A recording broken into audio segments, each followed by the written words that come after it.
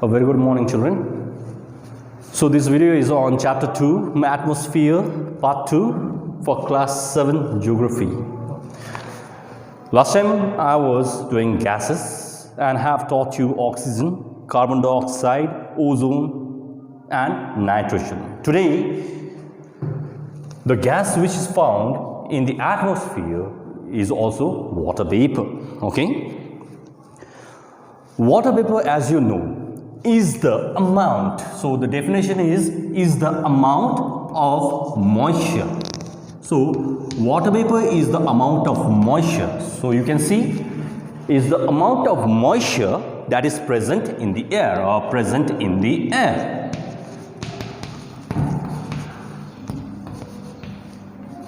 It is also known as atmosphere. So what is the atmosphere? As you know, is a mass of mass of air surrounding the earth. Are you understanding? So therefore I have told you atmosphere is also called air. Okay. Now when we think of water, this water is in a liquid state.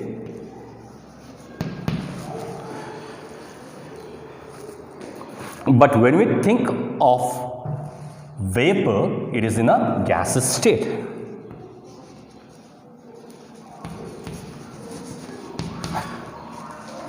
So, what does water vapor mean? Water vapor means liquid in a gas state, okay, or gaseous state. So, liquid in a gaseous state is water vapor. So this is the meaning water vapor means.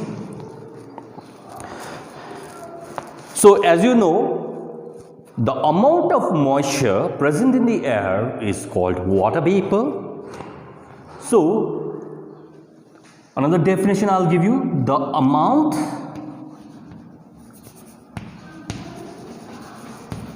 of water vapor now.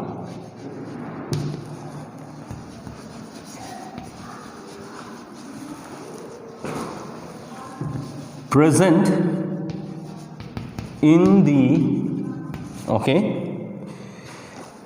air or atmosphere is called HUMIDITY. Humidity means warm air. Air is warm. Are you understanding? So air becomes warm due to what? Due to the presence of water vapor. So the amount of water vapor present in the air is called humidity. So the amount of water vapor present in the air is called humidity, but the amount of moisture present in the air is called water vapor. Is called water vapor. Okay. So you can see there is a difference between the two. And if I ask you, in India, which place is more humid than the surrounding regions of India? So whenever I am talking about which place in India is the more humid place, we'll tell that coastal area is more humid than the areas which is found in the middle of the continent, that is India.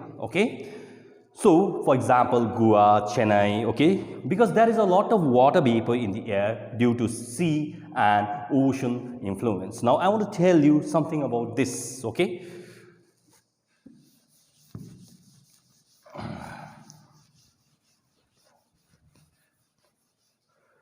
Now, whenever we are talking about water vapor is found on the earth due to evaporation. Now, evaporation happens when? Due to the heat of the sun. So, the sun basically heats both land and water.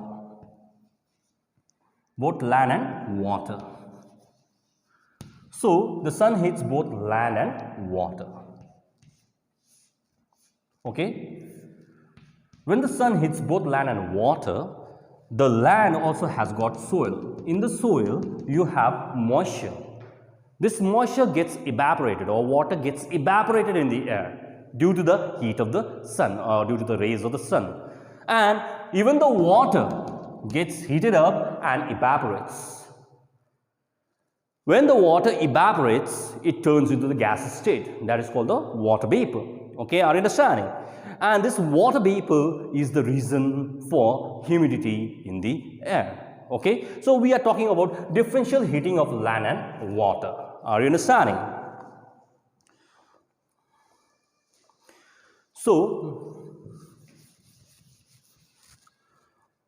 water vapor is a variable gas in the atmosphere. Why it is a variable gas in the atmosphere? Just I want to tell you something, okay?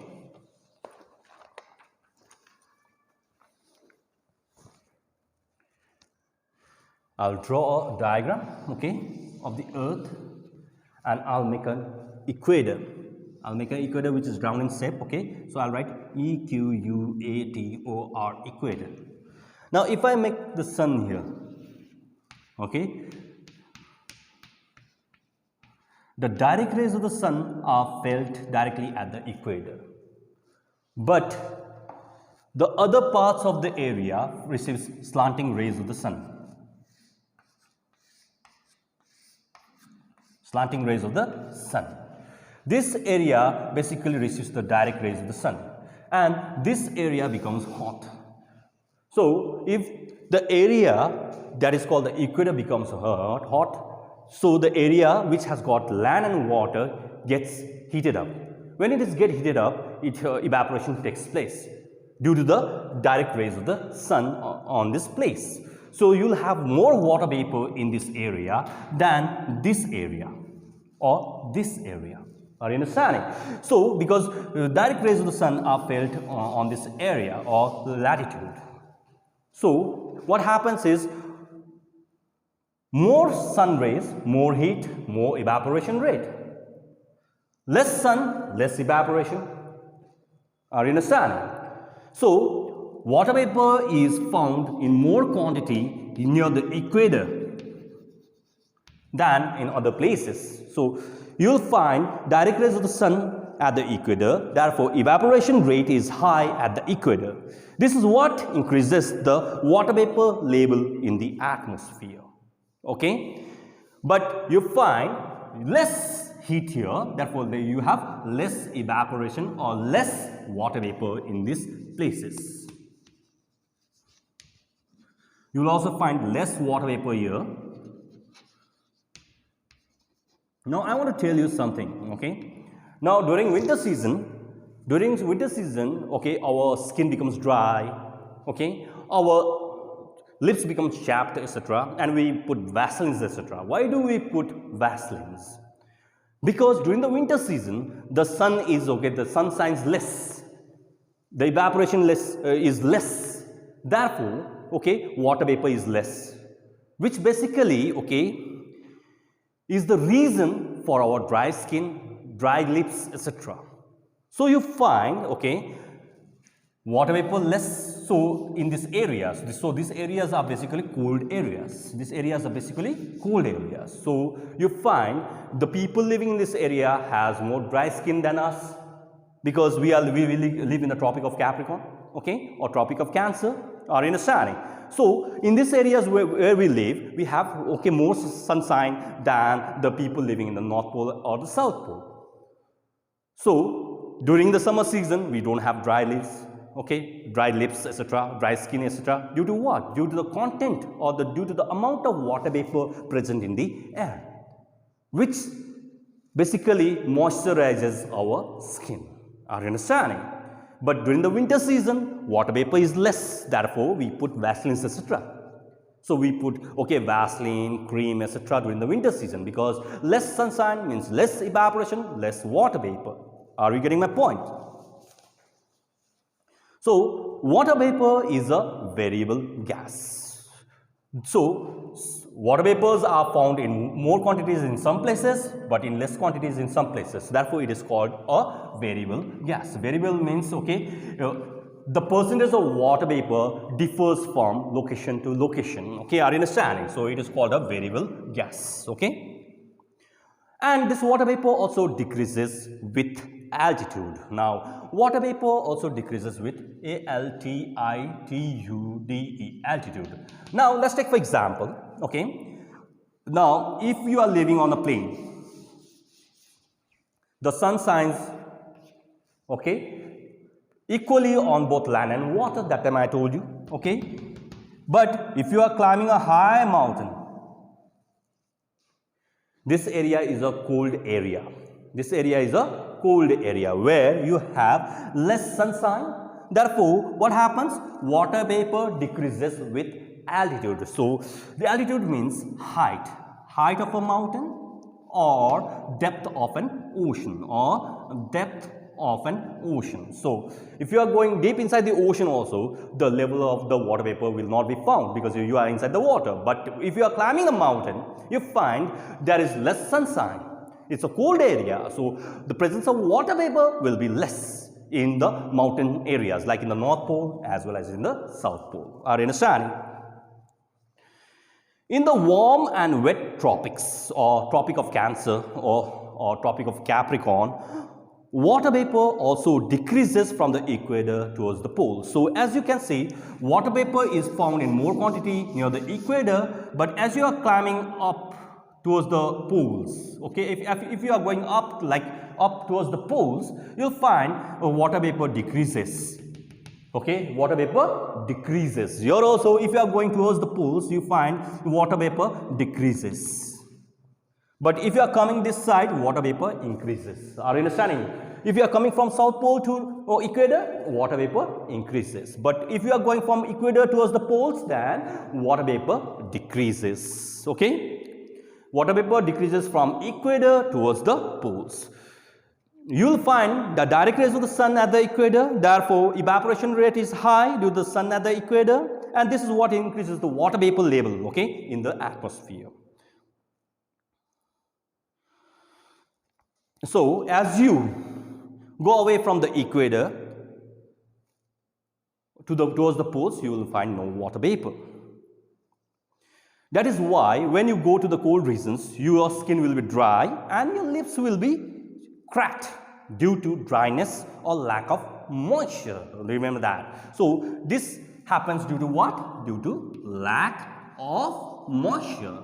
So, the amount of moisture in the air is called water vapor. Remember that? Okay. Now, apart from this, okay, we have to learn, okay, that what is the function or what is the main, okay, function of water vapor in our atmosphere. Now, water vapor as well as carbon dioxide is found up to 90 kilometers.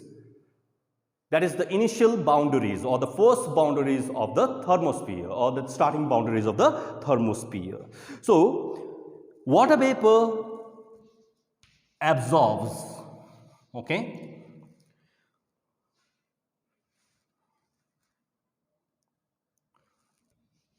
part of the insolation, insolati, insolation from the sun. So, I am telling you the function of water vapor, okay. Now, absorbs part of the insolation. Insolation means the rays of the sun, okay, and preserves the earth radiated heat. Now, water vapor actually acts like a blanket, allowing the earth or protecting the earth from the harmful ultraviolet rays of the sun, and also, okay, preserves the earth's heat. Why the water vapor is preserving the earth's heat? Because to make it neither hot neither too cold. Are you understanding? So, it maintains the, okay, temperature of the earth. Besides the ozone layer, water vapor also protects our earth from the harmful ultraviolet rays of the sun and maintains our earth's temperature so that our earth is neither too hot or neither too cold. Okay? Water vapor also contributes to the stability and instability in the air. So, okay, water vapor also contributes to stability, stability, stability or instability of the air.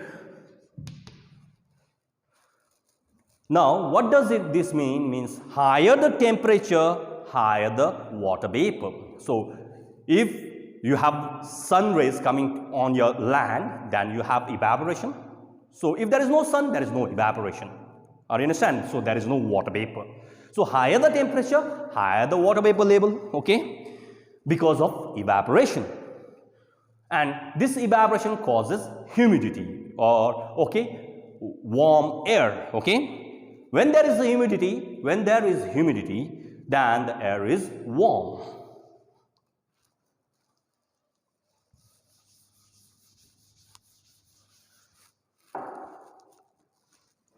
So, when there is humidity, the air is warm. So, humidity means amount of water vapor in the air. So, amount of water vapor happens when there is evaporation, and this evaporation happens when there is, okay, higher temperature. Are you understanding? So, when the warm air rises and comes in contact with the cold air, it causes turbulence, okay, rainfall as well as precipitation. Now, what is rainfall?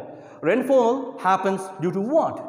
Due to water vapor, and water vapor comes from what? It comes from evaporation, and evaporation is caused by what? Due to sunshine.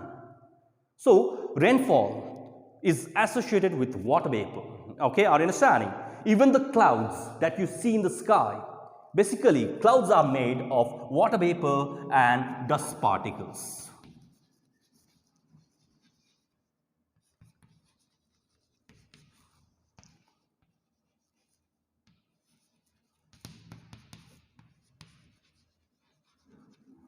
So, water vapor plus dust particles gives you cloud. So, this is plus, okay. So, all the rainfall, precipitation, storm, okay, lightning, thundering, etc. happens in the stratosphere, okay, as well as in the troposphere. This is the lowest layer. So, troposphere is the layer where all weather conditions is present, okay, or all weather conditions like rainfall, storm, hail, etc. is basically happening in the troposphere, the lowest layer of the earth. And here you find largest amount of water vapor plus dust particles as well as oxygen as well as carbon dioxide in the atmosphere, okay. Now, we are moving on to dust particles.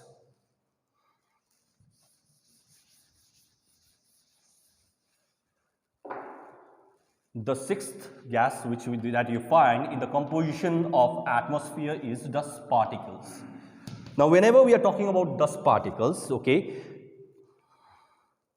atmosphere is made up of, okay, small solid particles, okay. Our atmosphere is not only made up of gases, but it is also made up of small solid particles.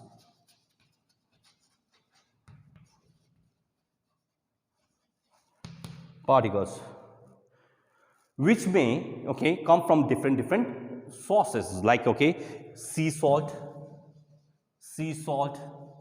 okay, fine soil, okay, because the soil also gets carried away by the wind, okay, and it is found in the air, okay, and even the smoke, SOOT, soot, okay. Now, what is soot? Soot means kajal that you okay, basically put in your eye, okay, and ash, pollen grains of, okay, basically plants, dust, and, okay, broken materials of meteors, meteoroids, asteroids, etc. okay.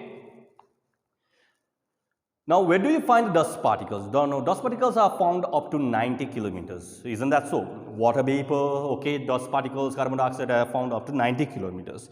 But you find more dust particles in the lower layers, okay, of the atmosphere, okay, because these dust particles are basically found in the troposphere. Now, During a time when there is no light in your home, you blow the torchlight, or so you switch on the torchlight, and you'll find dust particles are suspended in the air or floating in the air. You find these dust particles are basically, okay, floating in the air.